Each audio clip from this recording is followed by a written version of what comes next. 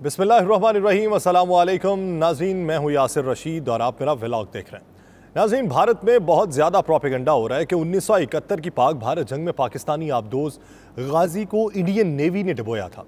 Indian film industry Bollywood, जो कि पाकिस्तान के खिलाफ झूठी फिल्में बनाने के लिए बहुत बदनाम है, उसने इस पर फिल्म भी बनाई है दी गाजी अटैक के नाम से।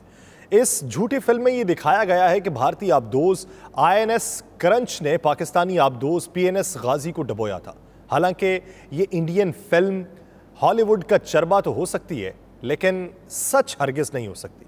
हत्ता कि भारतीय मीडिया, नेवी और दिल्ली सरकार भी इस कहानी को या तो मानते ही नहीं है या इसके कुछ और वर्जन्स पेश करते हैं। भारत में PNS गाजी के बारे में जो कहानी सबसे ज़्यादा मशहूर है वो ये है कि PNS गाजी अमेरिकन नेवी ने 31 मार्च 1945 को अपने फ्लीट में शामिल किया था। 300 फीट लंबी ये आबदोज दुश्मन के लिए किसी खौफनाक शार्क से कम नहीं थी। ये आबदोज अटलांटिक ओशन में पेट्रोलिंग करके जर्मन जहाज़ों और आबदोजों का पता लगाती थी। ये पानी की तह में छुपकर दुश्मन पर टारपेडो फायर कर सकती थी। इसके अलावा इसमें तोपें भी लगाई गई थीं, जिनकी मदद से ये पानी की सतह पर आकर भी दुश्मन पर शदीद गोलाबारी कर सकती थी। इसकी ताकतवर तोपों और टारपेडो से बचना दुश्मन के बड़े बड़े जहाज़ों के लिए भी नामुमकिन था। अमरीकी नेवी ने 1 जून 1964 को अमरीकी नेवी ने इस आबदोज को रिटायर कर दिया। उन दिनों पाकिस्तान सोवियत रूस के खिलाफ अमरीकी फौजी इत्तेहाद का हिस्सा था। चुनाचे एक मुआहदे के तहत इस आबदोज को पाकिस्तान के हवाले कर दिया गया। पाकिस्तान ने इसे PNS गाजी का नाम देकर अपने नेवल फ्लीट का हिस्सा बना लिया। जनूबी एशिया में पाकिस्तान वो पहला मुल्क था जिसके पास एक आबदोज आई थी। उस वक्त तो इंडियन नेवी के पास आबदोजों का नामो निशान तक भी नहीं था, यानी पाक बहरिया को इंडियन नेवी से पहले आबदोजें ऑपरेट करने का तजर्बा हो चुका था। पाकिस्तान के पास गाजी जैसी ताकतवर आबदोज क्या आई, इंडिया में तो सफ़े मातम बिछ गई। इंडियन नेवी को अपने सामने मौत दिखाई देने लगी और इस आबदोज से डरने लगी। जब 1965 की पाक भारत जंग हुई तो इंडियन नेवी गाजी आबदोज के डर से ही पाकिस्तानी समुद्रों में दाखिल न हुई। 65 की जंग के दौरान गाजी आबदोज ने अपनी ताकत का लोहा मनवाया। उसने भारत के समुद्रों में घुसकर बॉम्बे की बंदरगाह के आसपास बारूदी सुरंगें बिछाकर उस रास्ते को बंद कर दिया। भारत का ताकतवर तरीन तैयारा बरदार बहरी बेड़ा जो विक्रांत कहलाता था, वो डर के मारे अपनी बंदरगाह से बाहर ही ना निकला कि कहीं वो किसी बारूदी सुरंग का निशाना न बन जाए। 1965 की पाक भारत जंग में गाजी आबदोज ने जो कारनामा अंजाम दिया था, उस पर गाजी आबदोज के दलेर हमले को 2 सितारा जुर्रत समेत 10 अवार्ड्स दिए गए थे। 6 बरस बाद 1971 में भारत ने मशरकी पाकिस्तान में नंगी जारहियत शुरू कर दी। एक तरफ इंडियन आर्मी मशरकी पाकिस्तान में दाखिल हो चुकी थी, तो दूसरी तरफ इंडियन नेवी भी पाकिस्तान पर हमले के लिए पर तोल रही थी। उनका टारगेट कराची था, जो मगरबी पाकिस्तान की वाहिद बंदरगाह था। इस काम के लिए इंडियन नेवी ने रूस से जदीद तरीन तबाहकुन बहरी जंगी जहाज, आबदोजें डबोने वाले तैयारे और मिसाइल बोट्स भी हासिल कर ली थी। फिर भारतीय एयरक्राफ्ट करियर विक्रांत ने मशरकी पाकिस्तान की नाकाबंदी भी करना थी, ताकि मगरबी पाकिस्तान से कोई जंगी सामान मशरकी पाकिस्तान न पहुंच सके। लेकिन भारत के इन दोनों मंसूबों की राह में गाजी आबदोज दीवार बनी हुई थी। गाजी को तबाह किए बगैर भारत अपने मजमूम मकासद में कामयाब नहीं हो सकता था। 14 नवंबर 1971 को गाजी आबदोज कराची की बंदरगाह से भारत पर हमले के लिए रवाना हुई। नेवल कमांडर जफर मोहम्मद खान की कमान में कुल 93 लोग थे जो इस आबदोज में सवार थे। गाजी ने श्रीलंका के गिर्द चक्कर काटकर कराची से तकरीबन 5000 किलोमीटर दूर खलीज बंगाल में पहुंचना था और उसकी मंजिल बज़ाहिर मशरकी पाकिस्तान में चिटागांग की नेवल बेस थी। लेकिन गाजी के कमांडर के पास कुछ कागजात थे। ये खुफिया कागजात उन्हें आधा रास्ता तय करने के बाद खोलना थे और इन कागजात में उनके मिशन की तफसील दर्ज थी। आज तक ये मालूम नहीं हो सका कि उन कागजात में गाजी को कौन सा मिशन दिया गया था। गाजी के कमांडर के पास मौजूद खुफिया कागजात के मुतल्लिक सिर्फ अंदाजे लगाए जाते हैं कि शायद गाजी को भारतीय एयरक्राफ्ट करियर विक्रांत को डबोने और भारतीय नेवल बेसिस के बाहर बारूदी सुरंगें बिछाने का मिशन दिया गया था। भारतीय अखबार दी इकोनॉमिक टाइम्स के मुताबिक मिशन पर रवानगी के वक्त गाजी सबमरीन पुरानी होने की वजह से पहले जैसी पार नहीं रखती थी। उसके अंदर नस्ब मुख्तलिफ पुर्जे और आलात बार बार ख़राब हो जाते थे। अगर ये आबदोज वाकई मशरकी पाकिस्तान में चिटागांग नेवल बेस तक आ जाती तो वहाँ फंस जाती। उसकी वजह यह थी कि चिटागांग नेवल बेस में साजो सामान की शदीद कमी थी। यहाँ गाजी जैसी आबदोज की मरम्मत नहीं हो सकती थी और इस हालत में भी गाजी INS विक्रांत को डबोने के खतरनाक मिशन पर रवाना हो चुकी थी। इंडिया टुडे के मुताबिक भारतीय वाइस एडमिरल कृष्ण को खौफ था कि गाजी INS विक्रांत को डबो सकती है, क्योंकि विक्रांत के बॉयलर में एक क्रैक की वजह से उसकी स्पीड बहुत कम हो चुकी थी, इसलिए वो आसानी से आबदोज के हमले का निशाना बन सकता था।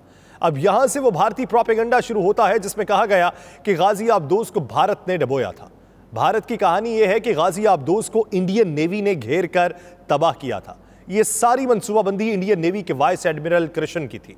उसने गाजी को धोखा देने के लिए एक भारतीय डिस्टायर INS राजपूत को विशाखापट्टनम के करीब भेजा। उस जहाज ने ऐसे जाली सिग्नल भेजना शुरू किए जिससे जाहिर होता था कि INS विक्रांत विशाखापट्टनम के करीब पहुंच चुका है। कृष्णन ने एक और होशियारी ये की कि नेवल अथॉरिटीज को यह जाली पैगाम भेज दिया कि विक्रांत विशाखापट्टनम पहुंच गया है। इंडियन नेवी ने विशाखापट्टनम में बड़े पैमाने पर सब्जियों और फलों की खरीदारी का भी ऑर्डर दे दिया।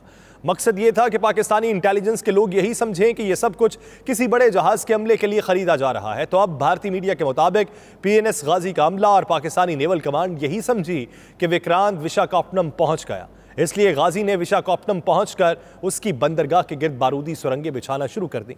इस दौरान 3 दिसंबर को पाकिस्तान और इंडिया के दरमियान बाकायदा जंग शुरू हो गई। उसी रोज रात को भारतीय जहाज INS राजपूत विशाखापट्टनम की बंदरगाह से बाहर निकला। उस वक्त गाजी आबदोज उसी जगह बारूदी सुरंगें बिछा रही थी। उसने भारतीय बहरी जहाज को आते देखा तो गहरे पानी में गोता लगाकर छुपने की कोशिश की, लेकिन इंडियन नेवी के मुताबिक INS राजपूत के अमले ने पानी में हलचल नोट कर ली। उन्होंने फौरी तौर पर 2 डेप्थ चार्जेस यानी बारूद से भरे ड्रम पानी में फेंक दिए। ये ड्रम आबदोज से टकराए और उसमें आग लग गई। यह आग आबदोज के उस हिस्से तक पहुंची जहां टारपेडोज और दूसरा बारूद मौजूद था।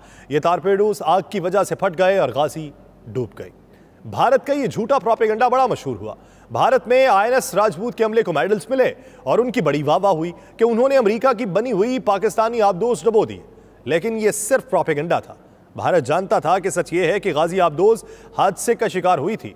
वह अपनी ही बिछाई हुई किसी बारूदी सुरंग से टकराकर तबाह हो गई थी, लेकिन भारत ने जानते बूझते भी ये सच दुनिया से छुपाए रखा।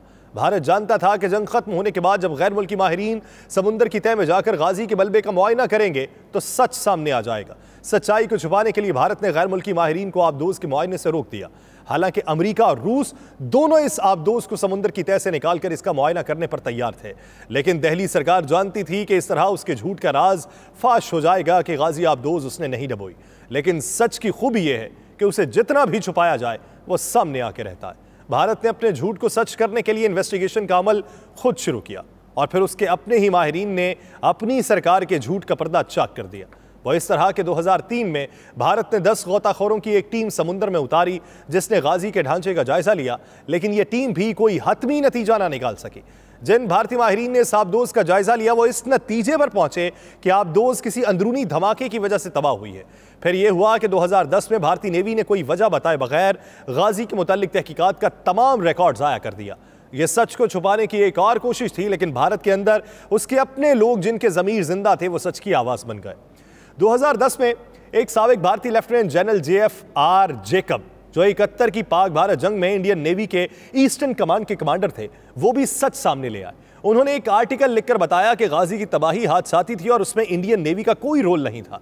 इंडिया टुडे के मुताबिक भारतीय वाइस एडमिरल रिटायर्ड विनोद पसरबिचा भी कहते हैं कि हम ये जानते हैं कि गाजी के साथ असल में हुआ क्या था। वो कहते हैं कि इस बात की बहुत हिस्टोरिकल वैल्यू होगी और इससे 1971 की जंग के आखिरी अजीम राजों से एक राज भी हल हो जाएगा, यानी भारत के अपने लोगों के इंकशाफात ने भारतीय प्रोपेगेंडे की हंडिया बीच चौराहे में फोड़ दी।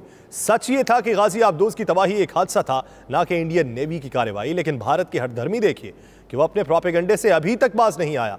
सच सामने आने के बाद भी बॉलीवुड ने दी गाजी अटैक के नाम से एक प्रोपेगेंडा फिल्म बना दी है। इस प्रोपेगेंडा फिल्म के प्रोड्यूसर में मशहूर ज़माना बॉलीवुड प्रोड्यूसर करण जौहर भी शामिल थे और करण जौहर की बनाई हुई यह फिल्म खुद भारत के सरकारी प्रोपेगेंडे के भी खिलाफ थी।